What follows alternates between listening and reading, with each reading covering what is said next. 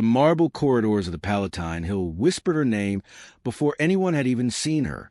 Senators who had laughed at omens now crossed themselves when her shadow fell upon the forum. And yet, no one suspected that this woman, draped in silk and adorned with jewels stolen from Egypt itself, had a mind sharper than the daggers hidden in the emperor's own chambers. It was the year 45 CE, a time when Rome teetered between grandeur and decay, where the marble facades of temples masked the rot of ambition within. In the heart of the imperial palace, the newly appointed Empress, Livia Octavia, walked as though the world had been built solely for her. She was young, yet her gaze carried the patience of centuries. Her lips, painted a scandalous red, seemed to promise pleasure and peril in equal measure. The court, a hive of intrigue and whispered conspiracies, had already taken note. Livia was not born into the highest echelons of Roman nobility, yet she possessed a rare weapon, desire. Not the innocent kind, which fleetingly enraptures men in fleeting passion, but the kind that bends men's will, warps loyalties, and reshapes destinies. From senators to generals, from scribes to the emperor himself, those who fell under her gaze found themselves ensnared, manipulated as easily as a spider draws and flies. Her rise had not been without strategy. Livia had observed the palace for months before she even stepped into her gilded chambers. She had watched the concubines, many beautiful, many cunning, each believing they ruled some part of the emperor's heart. She had studied the emperor, Gaius Calpurnius Varro, noting his indulgences, his fears, and the men he trusted most. And then she had acted, not with force, not with threats, but with something far deadlier. Seduction wielded like a scalpel, cutting through pretense to leave men exposed and pliable. The first test came swiftly. A messenger from the Senate arrived, bearing complaint of treachery and mismanagement in the provinces. The emperor, already irritated by his general's arrogance and the senator's posturing, threatened exile and confiscation of estates. Livia approached quietly as Varro paced the audience chamber, a figure of both authority and fury. "Your mind races, my lord, but your heart, does it speak with as much clarity?" she asked, her voice soft, almost conspiratorial. Varro turned, startled by her presence. He had heard tales of Livia's beauty, but the reality was disarming. Her eyes were dark, fathomless, reflecting both mischief and calculation. She stepped closer, deliberately brushing against the edge of his tunic. "Speak plainly," he demanded, though his voice betrayed hesitation. She smiled, a subtle curl of her lips that promised both insight and danger. "The Senate's complaints are but shadows, your majesty. Shadows they cast only when your light does not reach them. You need guidance, not confrontation." And just like that, the first barrier between Empress and Emperor collapsed. Within weeks, Livia's influence over Varro became undeniable. She advised him on whom to trust, whom to exile, and even whom to watch. Her counsel, seemingly innocent and domestic, shaped decisions that rippled through the empire. Governors rose and fell, generals were reassigned, and senators who once sneered now courted her favor with trembling hands. Yet, not all were so easily subdued. Some recognized the danger she posed. Marcus Petronius, a seasoned senator with sharp eyes and a tongue even sharper, saw through the layers of charm. He warned his peers in hushed tones that Livia was no mere consort. She was a weapon. "She studies men as a predator studies prey," he whispered one evening beneath the flickering oil lamps of the forum. "Those who fall under her spell do not merely serve her, they become her instruments." Livia, of course, had her own spies, servants and eunuchs, sworn to her loyalty, whispered back the senator's warnings. She smiled when she heard them. Obvious threats were easier to manage, and Petronius, with all his skill, would soon learn that resistance was not always rewarded with survival. Her court was a stage where desire became strategy. Every garment chosen, every jewel displayed, every smile or frown calculated for effect. Livia's presence could turn a banquet into a battlefield. A dance in the imperial gardens could seal alliances or destroy reputations. She understood that Rome, for all its grandeur, was governed not only by law and military might, but by the subtler forces of attraction, fear, and obsession. And yet, Livia was not immune to the perils she so expertly manipulated. Rival women, some born into patrician class, others ambitious concubines, watched her every move. Whispered slanders, secret liaisons, and hidden daggers were as common as wine at the emperor's feasts. Livia had to wield her weapon carefully, for even desire could be twisted into a trap. One evening, as twilight gilded the marble halls in gold and crimson, Livia walked alone to the emperor's private garden. Statues of gods and heroes cast long shadows, and the air was heavy with the scent of jasmine and myrrh. She paused by a fountain, its waters shimmering with reflected torchlight. Here, in the silence, she plotted her next move. The empire outside the palace walls was restless. Provinces murmured rebellion. Generals grew impatient, and senators' envy threatened open conflict. Livia knew that her influence over the emperor was both her shield and her sword. If she played her cards correctly, she could reshape Rome itself, not through armies or decrees, but through the minds and hearts of those who ruled it. And so, the empress who weaponized desire began her quiet conquest, moving to the palace like a shadow at dusk, leaving none untouched, yet revealing herself to none. Rome will remember her not merely for her beauty, nor for her counsel, but for the subtle, unrelenting power she wielded, the power to command the most human of tools, desire itself.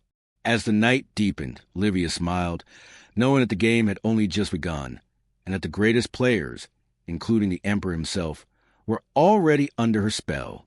In Rome, power was often measured in swords and decrees, but Livia Octavia wielded a different weapon. One glance, one whispered word, could topple senators, redirect legions, and bend even the emperor's will.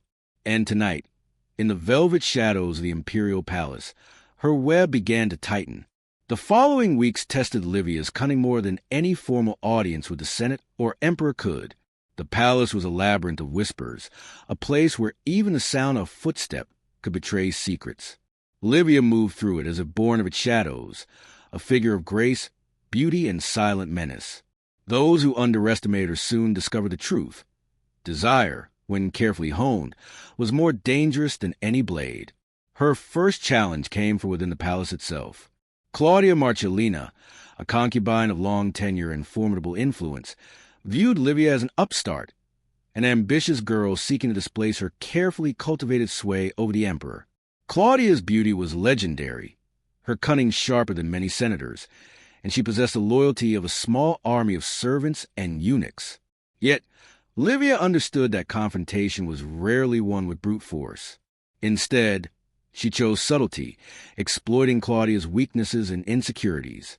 At a banquet in the great hall, adorned with garlands of roses and flickering candelabras, Livia positioned herself strategically. Her gown, a cascade of emerald silk, clung to her form yet allowed freedom of movement. Her jewelry, modest but deliberately placed, caught the torchlight and drew the eye. When the emperor entered, she smiled, a gesture both casual and electrifying, drawing him immediately into her orbit. Claudia, sensing the threat, attempted to intercept him, gliding toward Vero with practiced elegance. But Livia anticipated the move. With a gentle, almost accidental brush of her hand against the emperor's arm, she subtly shifted his attention. Their whisper exchange, innocuous to any observer, was laden with implication, each word chosen to suggest loyalty, intelligence, and intrigue. Within moments, Vero's laughter and attention had moved entirely toward Livia, leaving Claudia to see silently behind her mask of composure. The emperor, unaware of the silent war unfolding around him, trusted the Empress's counsel more than ever. He turned to her in private chambers, confiding fears and doubts he had never voiced to even his most loyal generals. Livia listened with feigned empathy, all the while cataloging the ambitions and insecurities of those who surrounded her. In that room, she planted seeds of doubt and loyalty simultaneously, a delicate balance that would soon bloom into absolute influence. Beyond the palace, the empire itself was restless. In Hispania, a governor's harsh tax policies ignited murmurs of revolt. In Judea, priests whispered a rebellion under the cover of night. Senators, always eager to manipulate unrest for personal gain, plotted quietly, unaware that Livia was observing, cataloging, and subtly redirecting their maneuvers. Each piece on Rome's vast chessboard moved as she guided them, often without the participants realizing their actions were no longer their own. Petronius, The seasoned senator, who had already sensed her danger, grew increasingly agitated. He sought allies, convening secret meetings in shadowed atriums, warning of the Empress's machinations. "She bends even the Emperor's mind," he warned. "Watch your words, lest they be used against you." Yet even he underestimated the depth of Livia's strategy. She did not simply manipulate desire. She weaponized against entire factions, turning jealousy into rivalry, rivalry into chaos, and chaos into her own dominion. One night, Livia orchestrated a subtle, devastating coup of influence. A gathering of senators, ostensibly convened to discuss trade and military campaigns, became the stage for scandal. Livia's agents, discreetly placed among servants and scribes, leaked carefully crafted rumors, whispers of illicit liaisons, of bribery, of betrayal. By dawn, the political landscape had shifted. 2 prominent senators found their reputations in tatters. One fled to the provinces to escape humiliation. The other was quietly reassigned to a post so remote it bordered exile. The emperor, initially skeptical of the chaos, was soon guided to see Livia's hand in its orchestration. He marveled at the subtlety, at the precision of her interventions. "You have made Rome safer, more obedient," he remarked one evening, his voice tinged with awe. "And yet it feels as though the city itself trembles at your command." Livia smiled, the faintest curve of her lips hinting at secrets he could not fathom. "It is not fear, my lord," she said softly, "but awareness. When the heart and mind are aligned with power, no one acts against Rome willingly." But Livia's ascendancy was not without danger. Claudia Marcellina, humiliated yet unbroken, began plotting her revenge. She enlisted allies among the palace guards, concubines, and even some of the emperor's own advisors. Poison, blackmail, and betrayal, all ancient arts of the court, whispered through the corridors like invisible serpents. Livia, ever watchful, sensed the shifting tides. Each night, she convened her closest confidants, eunuchs and servants sworn to silence, to assess threats and devise counters. The palace had become a battlefield where every smile had a dagger. Every glance could signal allegiance or death. In one particularly daring maneuver, Livia invited Claudia to a private evening in the imperial gardens. Under guise of reconciliation, lanterns glimmered on the marble paths, and the scent of night-blooming flowers hung thick in the air. Claudia, ever cautious, approached with measured steps, her own guard stationed nearby. Livia greeted her with warmth, speaking of mutual respect and stability of the empire. Yet each word was layered, a blend of truth and subtle manipulation, designed to make Claudia doubt her own allies and overestimate Livia's reach. By the time the evening ended, Claudia found herself isolated, unsure of whom to trust.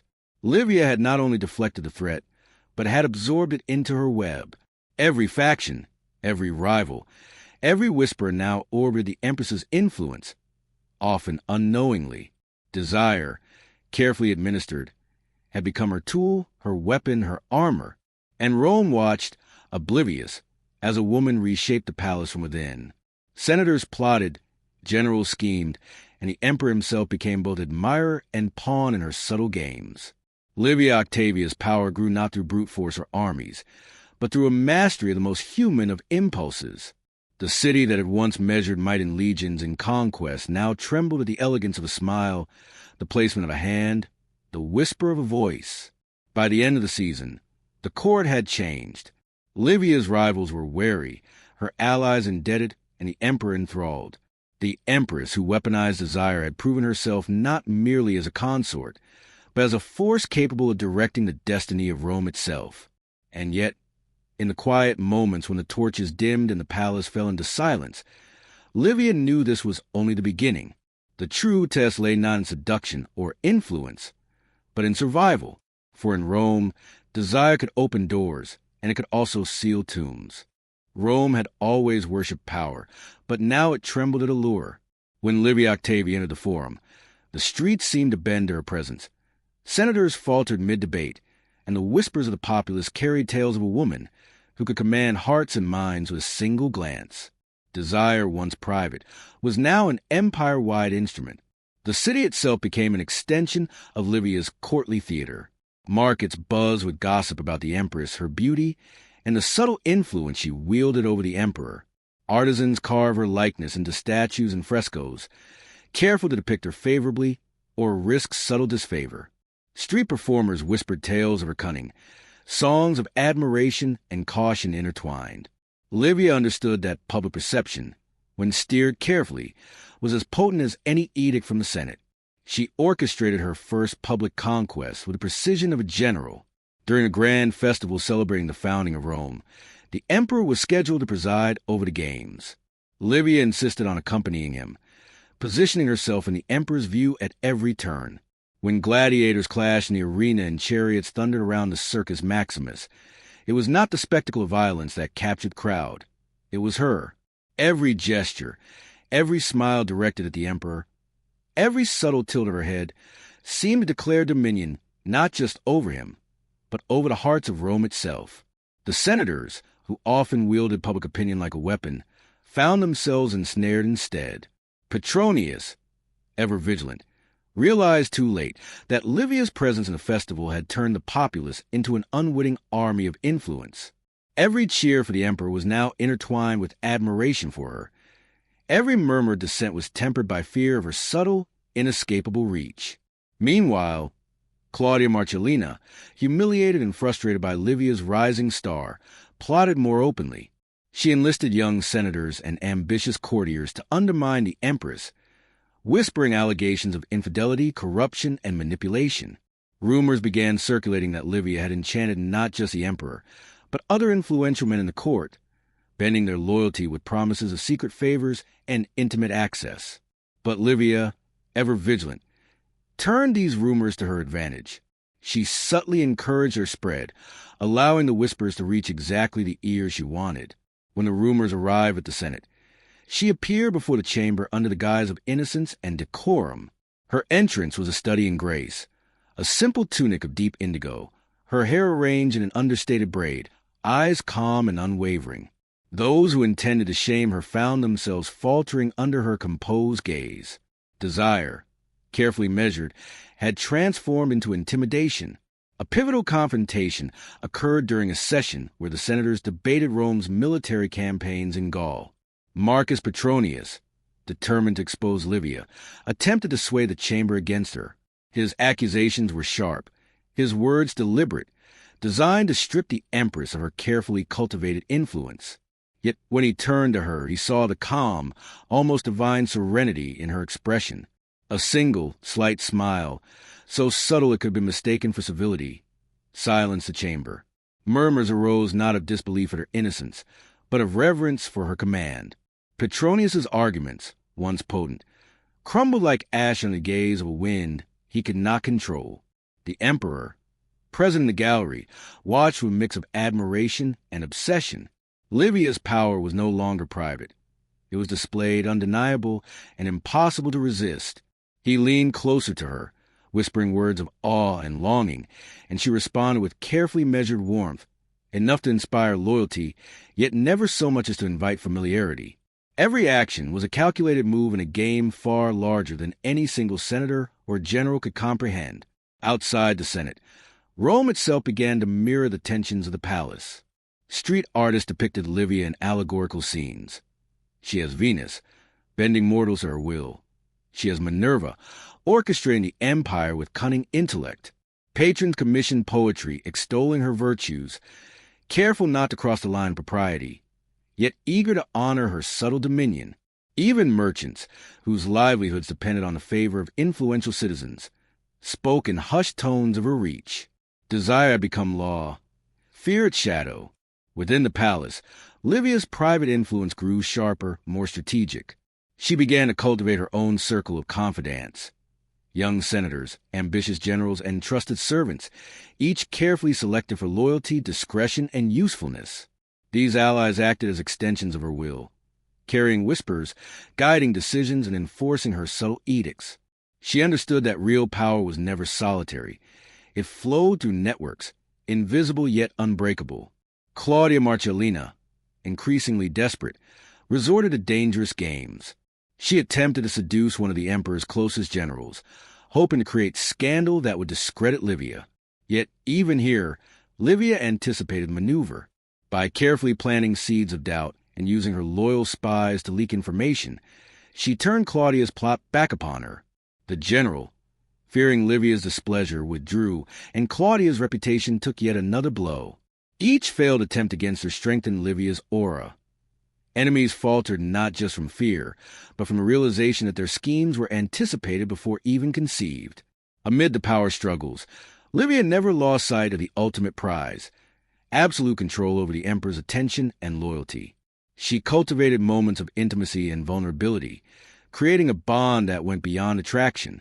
Varro shared his private fears, his doubts about rebellion, and even the weaknesses of his closest allies.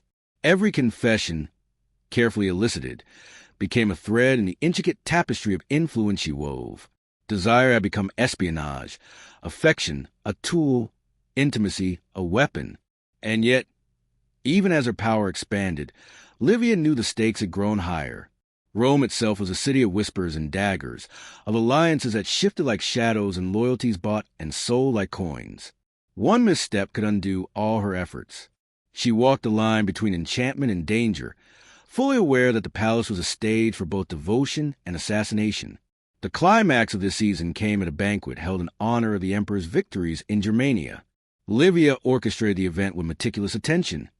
Every seat, every torch, every note of music calculated to maximize influence.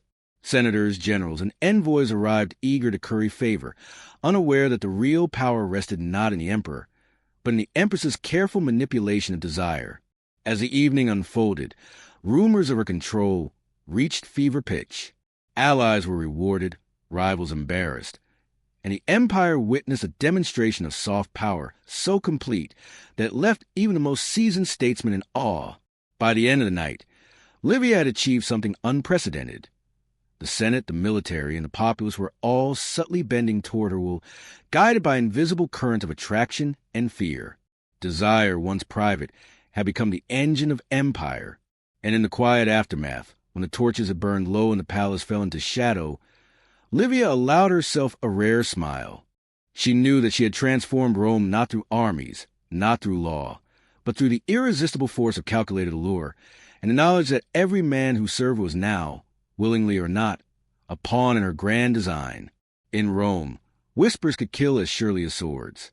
And tonight, in the shadowed corridors of the imperial palace, the Empress's enemies had conspired with precision.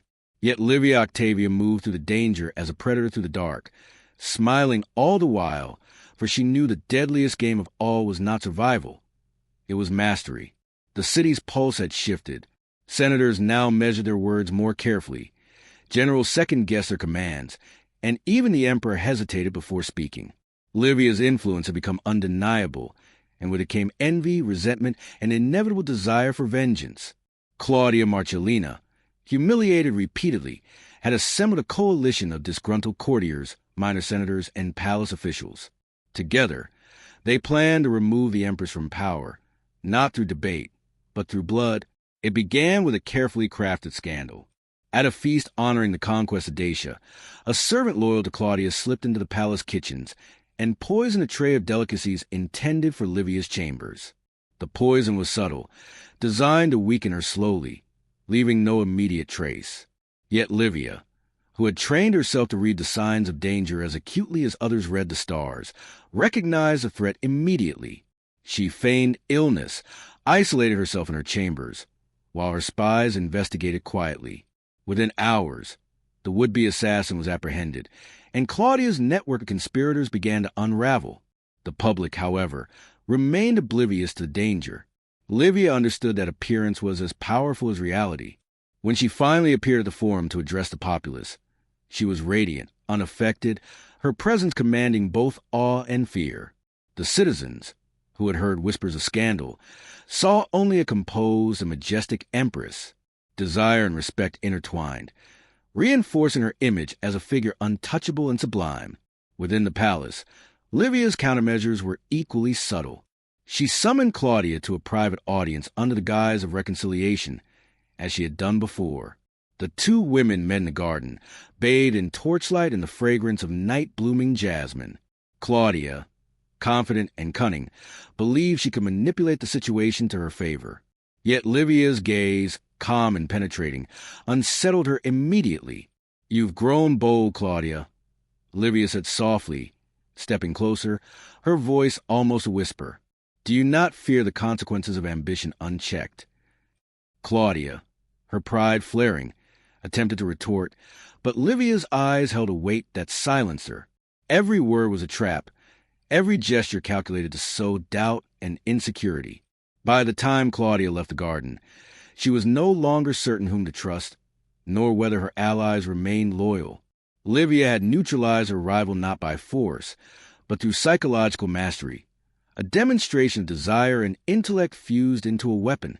Meanwhile, the Emperor, deeply impressed by Livia's poise during the scandal, leaned ever more heavily on her counsel.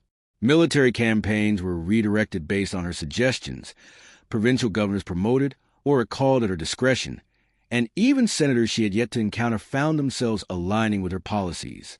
Livia's influence extended beyond private chambers and public appearances.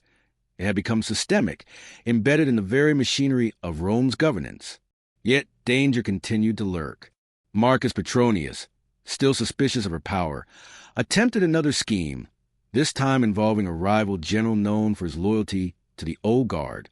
Petronius sought to create discord within the military, hoping that the resulting chaos would weaken the emperor's trust in Livia. But once again, the empress anticipated every move. Through subtle intelligence and careful placement of loyal aides, she intercepted messages, manipulated alliances, and ensured that the general remained loyal, while Petronius's plans unraveled spectacularly in full view of the Senate. Livia's mastery of desire had evolved into mastery of perception itself. She understood that people obey not only what they fear, but also what they covet. By presenting herself as both unattainable and indispensable, she made loyalty a desire rather than an obligation. Men and women alike vied for her favor, often unaware that their devotion strengthened her dominion. Desire had become both sword and shield, protecting her while dismantling her enemies. The culmination of the season of intrigue arrived during a grand celebration of the emperor's birthday. Rome itself seemed to hold its breath as the emperor, accompanied by Livia, entered the forum. Senators, generals, and citizens alike recognized the quiet revolution that had taken place. A woman, through intellect and allure, had become the pivot around which the empire now turned. Claudia Marcellina, desperate and furious, attempted one final gambit. She sought to ambush Livia within the palace, employing assassins bribed from the lower ranks. But Livia, anticipating betrayal as she always did, had transformed the corridors into a gauntlet. Servants loyal to her intercepted the plot, and the would-be assassins found themselves captured and publicly humiliated. The message was clear. Any challenge to the Empress would be met not with fury alone, but with a display of absolute control. By the evening's end, Livia stood at the apex of power.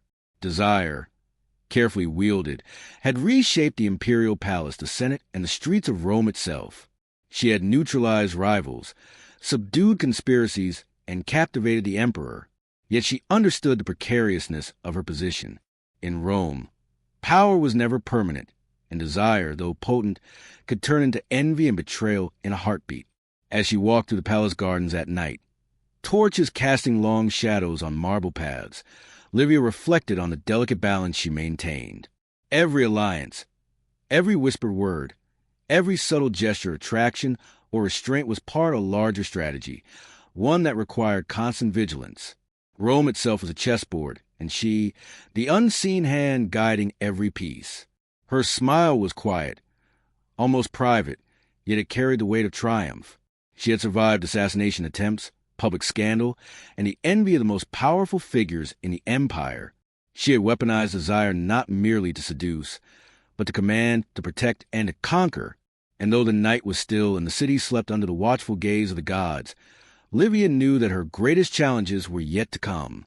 For Rome, ever restless, would continue to test her, and Livia Octavia, Empress of hearts and minds, would continue to wield desire as both shield and sword, ever calculating, ever vigilant, and always 3 steps ahead. Rome had survived emperors, generals, and civil strife, but none had seen the empire bent so completely by a woman's hand. Livia Octavia, Empress of hearts, minds, and ambitions, now moved through marble halls as storm and silk. Desire was no longer her weapon alone. It was her dominion. The palace of the Palatine Hill gleamed under torchlight, yet its halls were more than marble and gold. They were the veins of power, carrying influence that pulsed from the Empress herself. Livia had spent years weaving an intricate web of loyalty, fear, and devotion.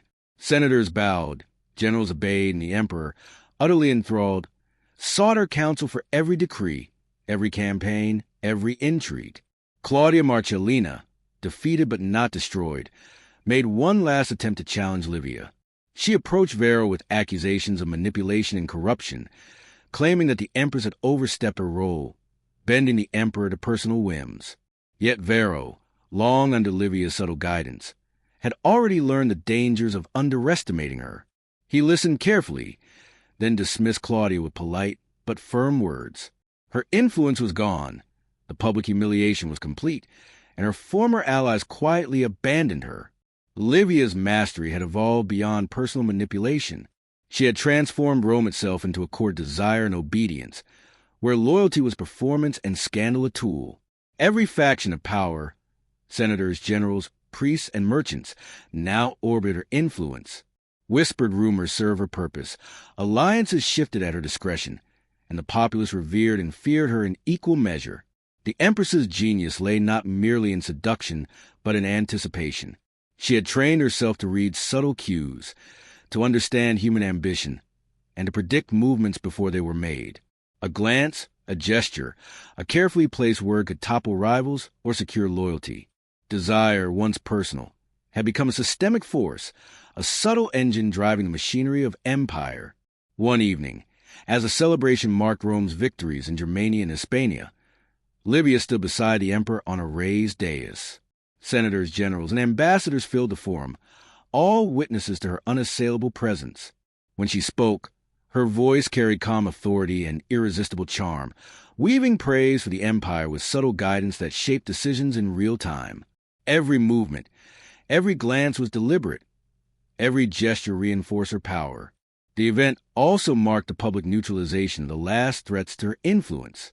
Petronius, whose suspicions had nearly caused disruption, was quietly reassigned to a distant province under the guise of honor. Claudia's remaining allies had been either absorbed into Livia's network or marginalized. The empire's political landscape, once fractured, now revolved around her. Yet, Livia understood the fragility of perception. Absolute power required constant performance. In the days following the celebration, she moved through Rome like a goddess among mortals, attending public ceremonies, overseeing the administration of provinces, and even appearing in modest guise among the people to reinforce the illusion of benevolent oversight. Desire, she knew, was most potent when balanced with admiration, fear, and mystery.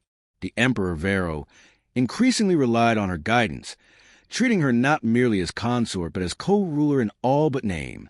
Military campaigns, provincial governance, and even diplomatic missions were subtly influenced by her counsel. Generals sought her approval in private, knowing it carried more weight than the emperor's formal commands.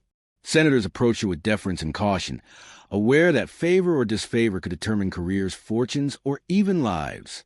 Livia's influence extended into every corner of the empire. She encouraged loyal governors to pursue policies that strengthened Rome while weakening potential rivals.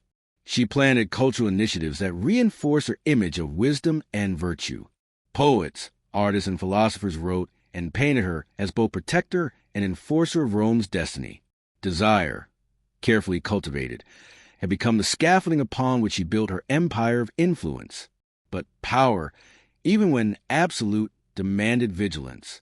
Livia never let her guard down, aware that ambition and envy could still fester in hidden corners. Every banquet, every council, every stroll through the palace gardens was both a performance and a reconnaissance. Even the emperor's attention, though willingly given, was treated as a resource to be managed with care. Her final act of consolidation came subtly, through the creation of a loyal inner circle composed of those who owed everything to her favor, generals whose victories she had silently guided, senators elevated through her recommendations, and servants whose lives were entwined with hers in loyalty and secrecy. This inner court became an invisible engine of governance, ensuring that her influence would endure even in moments when she was absent or seemingly disengaged. Livia's legacy, already palpable in the structures of power, would endure beyond her lifetime.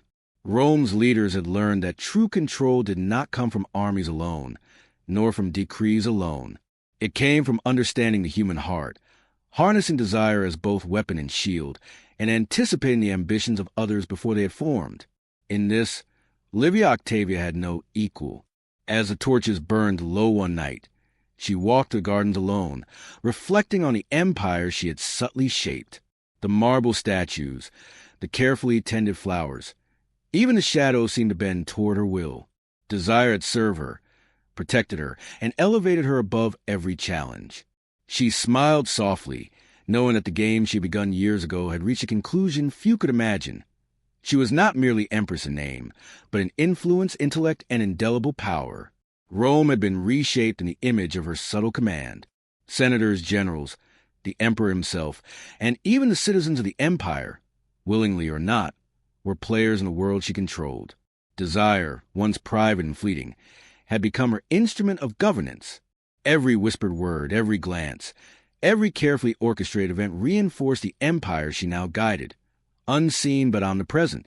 And so, Livia Octavia, the empress who weaponized desire, passed into legend, not as a figure remembered for conquest by sword, but for conquest by the subtler arts of attraction, manipulation, and intelligence. Rome remembered her as a woman who transformed power itself, proving that the most formidable empire could be directed not only by legions, but by the mastery of the human heart. Her story, once lost to time, endured as a testament that desire, when weaponized with intellect and foresight, could shape the destiny of a city, an emperor, and an empire. And in the shadowed halls of the Palatine Hill, the echoes of her influence would linger long after torches had burned out and marble had cooled, a silent, unyielding dominion born of subtlety, elegance, and unparalleled cunning.